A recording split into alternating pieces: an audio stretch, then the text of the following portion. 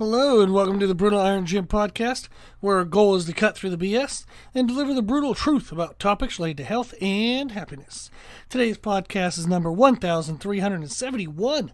The topic is Q&A and the title is How to Look Fit Fast. Okay, so this will be a fun one. We had a listener send in just kind of a little bit of a brief summary of what's going on in their life, and then it led to today's topic for the podcast. They said that their wife surprised them with a birthday gift of a cruise. So they're going to be going on a cruise. They are leaving November 1st, and they want to get in the best shape they can by then. And I always laugh because in one way or another, this always comes up about like a million times. One of the funniest ways this came up was back when I used to teach at the university. Once the students kind of knew what I knew, I would always get questions related to like spring break. So the girls wanted to get, a flat stomach and, a nice butt by spring break. The guys wanted to get six-pack abs and just look less fat by spring break. But it was always like the smart ones would ask me maybe like 12 weeks before spring break. But then I would get people asking like 3 or 4 weeks or like, man, what can I do? Like, I want to get in shape for spring break. I'm like, it's in 3 weeks, you punk. Like, there's no way to do that. So it was always very interesting and very fun. But we do often find ourselves where we put something off, and then all of a sudden we go, oh, crap. I'm running out of time. So I wanted to talk about what I'm doing with this person. They actually signed up to be an online client. So with our online client services, like I do, if you want to know more about it, our website, www.brutalirongym.com. If you go on the website, there's a tab called services. You just click on that. One of the options we do is online client, and we do kind of like a classic, I forget exactly what I called it, but it's $200 a month, US dollars a month, and I write the training program specific for that person's goals, their abilities, even like their equipment. I'll find out what gym they're training at, or if they're training at home. The program includes only what equipment they have, so I actually write the exercises specifically for them. So none of this is like templated. I write it all out for that person. I also tell them what they should do with their nutrition based on whatever they're doing right now. So there's no pre-written program. It's just you see what the person's already doing. You kind of make corrections and adjustments from there. And then we communicate every single week. I help with supplements. I help with kind of learning how to schedule training into their life schedule, how to schedule food into their life schedule. So it's a really cool, pretty involved option, which I really love. And that is what I got into doing this job for, is to help people and make a difference in their life, not just to make money, or not just to write one program and sell it to 1,000 people. I think that's an awful approach to this job. So I like doing one-on-one stuff. I love it. It's my favorite thing in the world. So they signed up for that. But I wanted to go through a little bit about what our approach would be. Now, it's going to be a little different for this person than what it would be in the podcast, because I'm going to say in the podcast what I would tell kind of anyone who I don't know you to do. But for the individuals I work with in person, we do everything a lot more personalized than what you're going to get in this podcast. However, this is a great way for people to learn without having to become a client, kind of what would be a general approach that you could take towards this goal. So you want to get in shape and look good as fast as possible. Well, the first thing is nutrition. You want to know what your calories are, and then try to control the variances and try to get them in the range that they should be. So very commonly, people tend to kind of eat sporadically, even if they don't know they're doing it, because I have people tell me all the time, like, I eat the same thing every day, and I'm like, bullshit. And then we look through their foods, and what do you know? It isn't actually the same thing every day. It's intended to be, or it kind of sort of is similar, but there's actually quite a bit of variance. So, for example, I had one person, I just checked their nutrition info and sent it back to them. Their calorie differences over the last 4 days have been 1,806 calories, 2,247 calories, 1,973 calories, and 1,441, so 1,441. So they have an 800 calorie swing between their high and their low. And the ones, like if you get rid of the lowest one, the other ones are still a 400 calorie swing, and that's very normal. Now the protein was atrocious, so I'll skip that. But that's going to be what you commonly would see is is caloric variance. There's a lot of variance in most people's calorie intake, and that's going to cause increased body fat retention. If you have more caloric consistency, your body will not feel the need to retain as many calories as body fat to protect the organs. So the more consistently you eat, and the more you eat to match your activity level, the less and less and less body fat you have. For a lot of people, that means you actually need to eat more. You just need to be consistent, not have like a high, high, low, low, high, low, high, high, low, low, which is what happens all the time. Okay? So podcast 1344 is a nutrition podcast titled Balancing the Books. That will explain why finding out what your calories are, normalizing them, and trying to be consistent is by far the best approach. What most people want to hear is take such and such, supplement and it'll help you. So eat nothing, so that way you feel miserable and you feel like you're being super productive. And then take this stupid caffeine diuretic type pill, and then all of a sudden you're going to look jacked. And you look nice and lean and whatever. No, if that worked, there wouldn't be 4 million of those pills and 4 million of those supplements available, because one would have worked, everybody would have bought the one, and then there wouldn't be other companies trying to make the same damn product. The reason why they make money off of it is because it doesn't work. You buy it, you eat a little bit better, you move a little bit more, so that actually makes the change. By the time your kind of initial motivation wears off is about when the bottle runs out. So all of a sudden you stop seeing as much progress because you're no longer training as intensely or consistently or doing nutrition as intensely and consistently, but it times out with the end of the bottle. So now you're like, oh man, what happened? I can see, blah, blah, slowing down, getting plateaued. I'm going to buy another bottle. And it's just dumb. It's dumb. But they make millions and billions of dollars off of it. So, rather than me doing that to you, I'd rather just tell you what the right thing to do is. I've helped people get pro cards in aesthetic sports, stepped on stage like under 8% body fat, and we didn't take a single fat burner pill. None. Zero. Zilch. Because they're not actually necessary. I have had some people do them because of the caffeine-based effect, and we do want to do some type of kind of diuretic effect towards the very end of the approach for like contest prep. You might do it like the last couple days, in which you're trying to thin out the water under the skin so you can see muscle definition more. But that's it. It's just a smidge at the end of a prep. It's not something you do as a regular way of life, and it's not going to take the place of adjusting your nutrition. So if you continue to eat haphazardly, whatever you're doing now, and then you just throw in a fat burner, it's not really going to make that significant of a difference, certainly not worth the cost of it.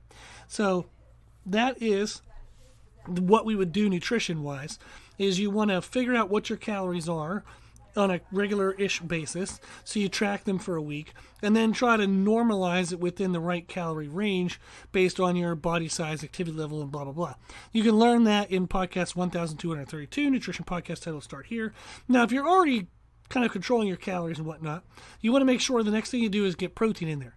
So you want to make sure that you're eating about 1 gram per pound of body weight for protein. Now that's kind of like lean body weight. So if you weigh 250, but that's, most of it's in your belly, and you think, okay, if I was in shape, I'd probably maybe weigh about 200 or 210.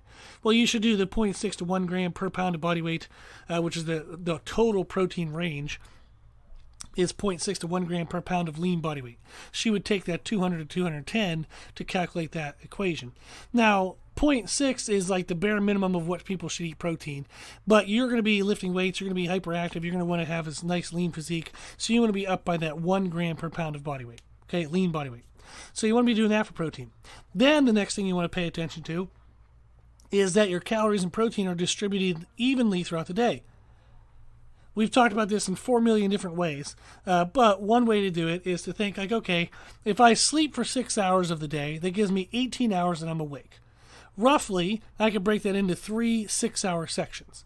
So in the first 6 hours of my day, I should have a third of my calories in protein. In my second 6 hours of the day, I should have a third of my calories in protein. In my third 6 hours of the day, or whenever I go to bed, should be a third of my calories in protein.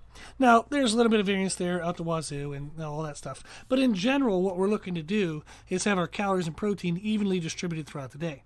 So that way, you're not going through periods of time where you're being underfed, periods of times where you're being overfed. If you just track calories and protein on a 24-hour basis, you're missing the mark immensely. hugely. So that's where that podcast about balancing the books helps out a lot, because it helps you understand that it's not what you do per 24 hours a day, it's what you're doing basically every hour of the day. You want to micromanage it kind of that way to get the best results. Again, that was podcast 1314. Okay, so that's what you look for. Now, if you do that and you go through the podcast 1232, which is Nutrition Start Here, gives you the step by step of what you should do. If you crush that, you're going to be like overwhelmingly on your way. That's by far the most important component. Second thing you want to do is lift weights.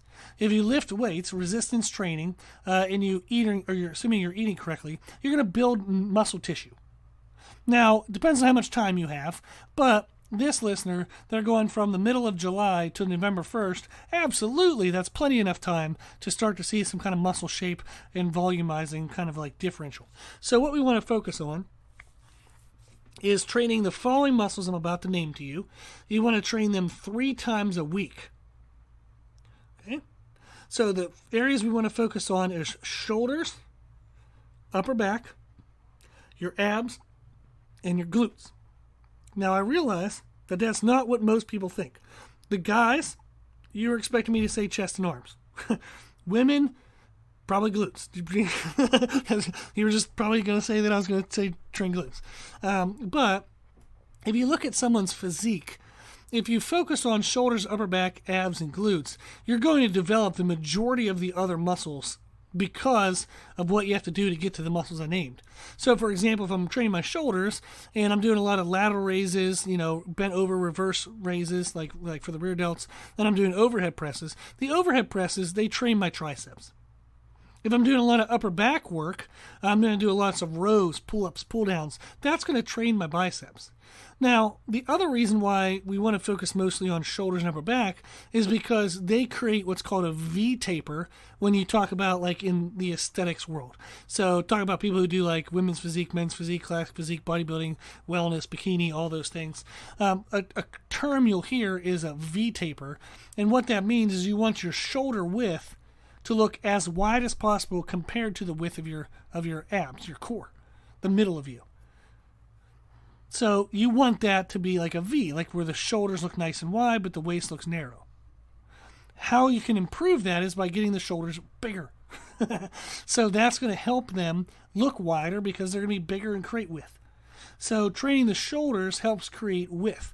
Now, why do we also train the upper back? Because the upper back will involve the backside of the shoulders. It also involves the thoracic spine, the musculature around your shoulder blades, which improves your overall posture. When you look at somebody who's physically fit, they tend to have very good posture. And that makes you look physically fit. So if you look at somebody and they're standing very upright, chest is up and out, their shoulders are pulled back, they look very nice and tall, they look good. And that's because of postural muscles. So training your shoulders and your upper back is going to fix that and help correct a lot of like forward rotation of the shoulders, which makes us look slumpy and kind of, ho-hum. So shoulders and upper back, definitely want to focus on that. Abs, you're going to train those. And I would suggest doing a lot of dead bug variations, so dead bug exercise variations, a lot of reverse crunches, lying leg raises. You want to do things that promote the abdominal wall to pull inward.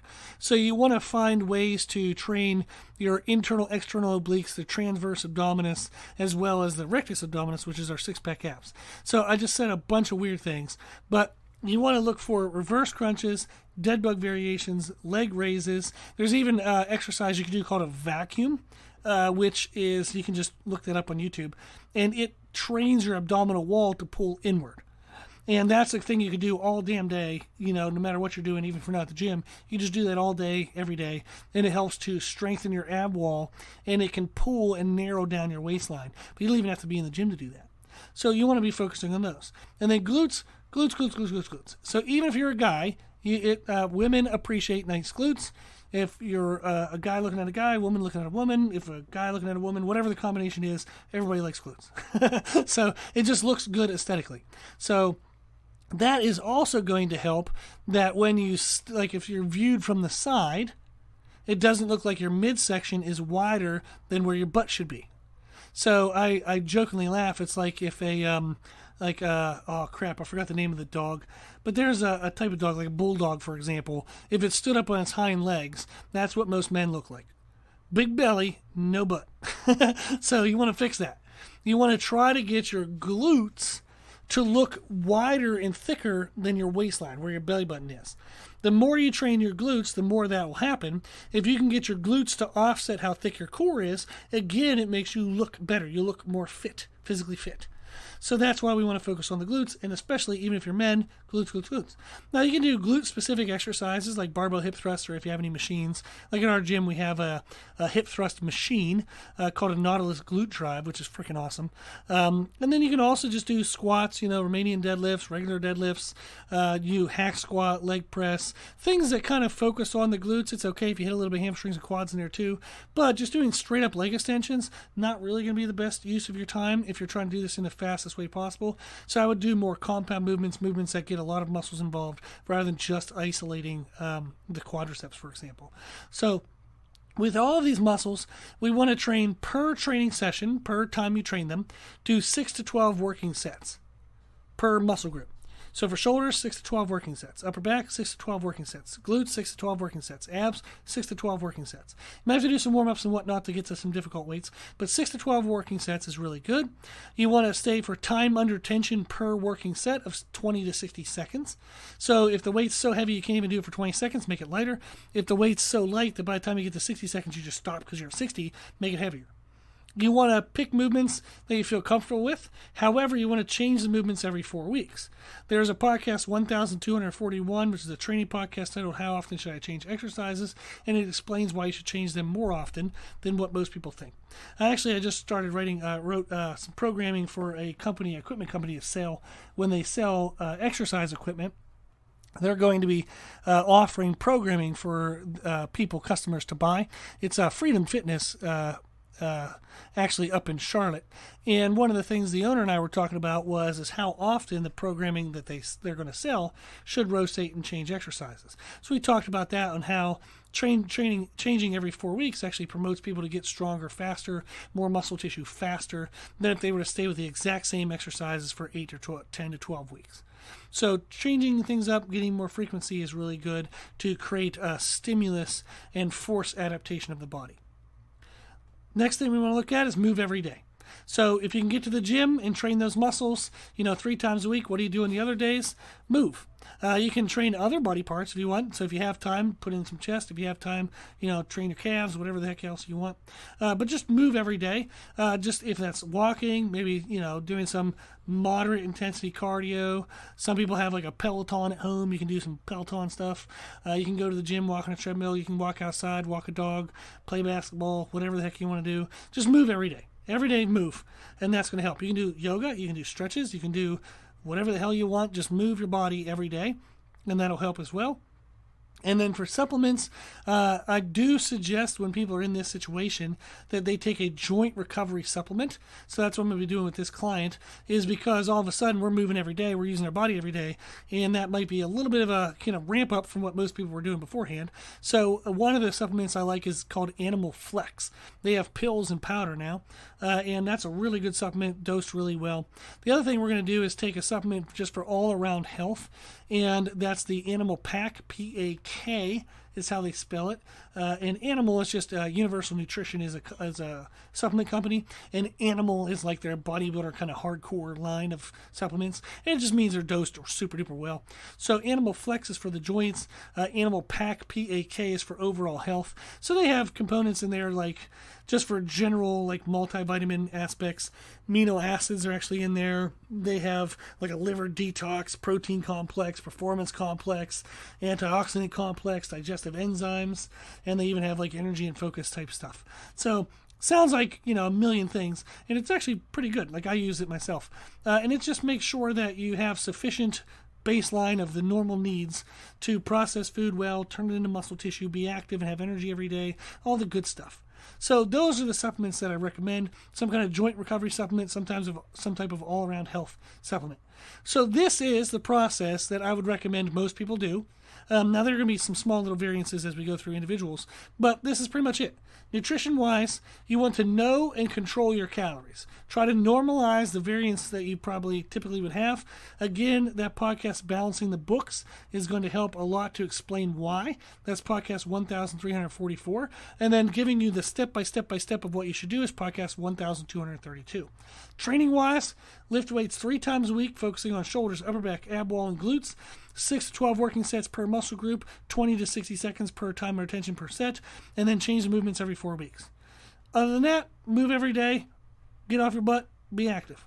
Okay, well, quick rundown of everything. If you have any individual questions, I'm always available and always happy to help. My email is brutalirongym@gmail.com.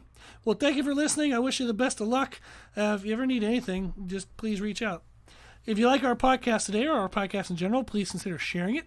The more people we share it with, the more people can help. If you share it on social media, that does reach the most amount of people. But even if you just have a conversation with somebody and they're saying they have questions about nutrition or training, send them our way.